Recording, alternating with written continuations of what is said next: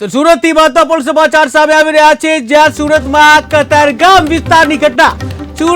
કતારગામ વિસ્તારની ઘટના જ્યાં લલિતા ચોકડી પાસે માથામાં સળિયો મારી યુવકની હત્યા, કે જ્યાં બાકડા પર બેસવાના ઝઘડામાં શ્રમિકની હત્યા કરવામાં આવી છે। ત્યારે કતારગામ પોલીસે 3 ઇસમોની ધરપકડ કરવામાં આવી છે, જે 3 ઇસમોની ધરપકડ કરવામાં આવે છે। ત્યારે રિક્ષા ચાલક માર મારતો હોવાનું સામે આવ્યું છે સીસીટીવીમાં, કે જ્યાં કતારગામ પોલીસે ગુનો નોંધી તપાસ શરૂ કરી છે। મહત્વપૂર્ણ સમાચાર સુરતથી, કે જ્યાં સુરતમાં જે હત્યાની ઘટના સામે આવી છે, ત્યારે સુરતમાં કતારગામ વિસ્તારની આ ઘટના છે। લલિતા ચોકડી પાસે માથાના ભાગમાં સળિયો મારી યુવકની હત્યા કરવામાં આવી છે। ત્યારે બાકડા પર બેસવાના ઝઘડામાં શ્રમિકની હત્યા કરવામાં આવી છે, જ્યાં કતારગામ પોલીસે 3 ઇસમોને ઝડપી પાડ્યા છે।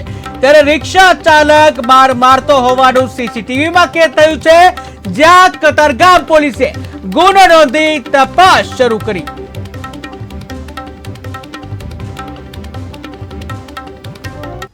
તારીખ 27/5/2024 ના રોજ કતારગામ પોલીસ સ્ટેશનની હદ વિસ્તારમાં લલિતા ચોકડી પાસે એક અજાણ્યા ઈસમ સાથે મારામારીનો બનાવ બનેલો હોવાની પોલીસ સ્ટેશન ખાતે સ્મીમેર હોસ્પિટલથી જાણ થતાં પોલીસે આ અંગેની કાર્યવાહી હાથ ધરેલ।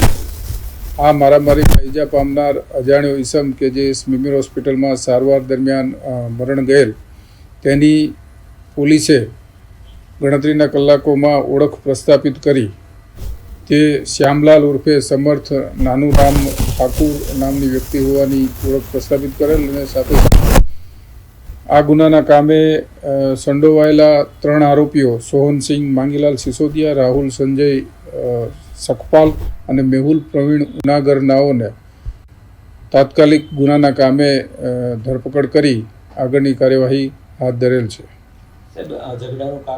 આ કામનો બનાવ છે એ બનાવની જગ્યાએ બેસવા બાબતેની સામાન્ય બાબતમાંથી ઉપસ્થિત થયેલ, જે અંગે મારામારી દરમિયાન આ કામના આરોપીઓએ ભોગ બનનારને ઢીક મૂકીનો માર મારતા એ પડી જતા એને હેમરેજિક ઈજાઓ થતાં એનું મૃત્યુ નિપજેલ હતું। તેથી પોલીસે આઈપીસી કલમ 302 હેઠળ ગુનો રજીસ્ટર કરી આગળની કાર્યવાહી હાથ ધરેલ છે। ગઈ તારીખ 27/5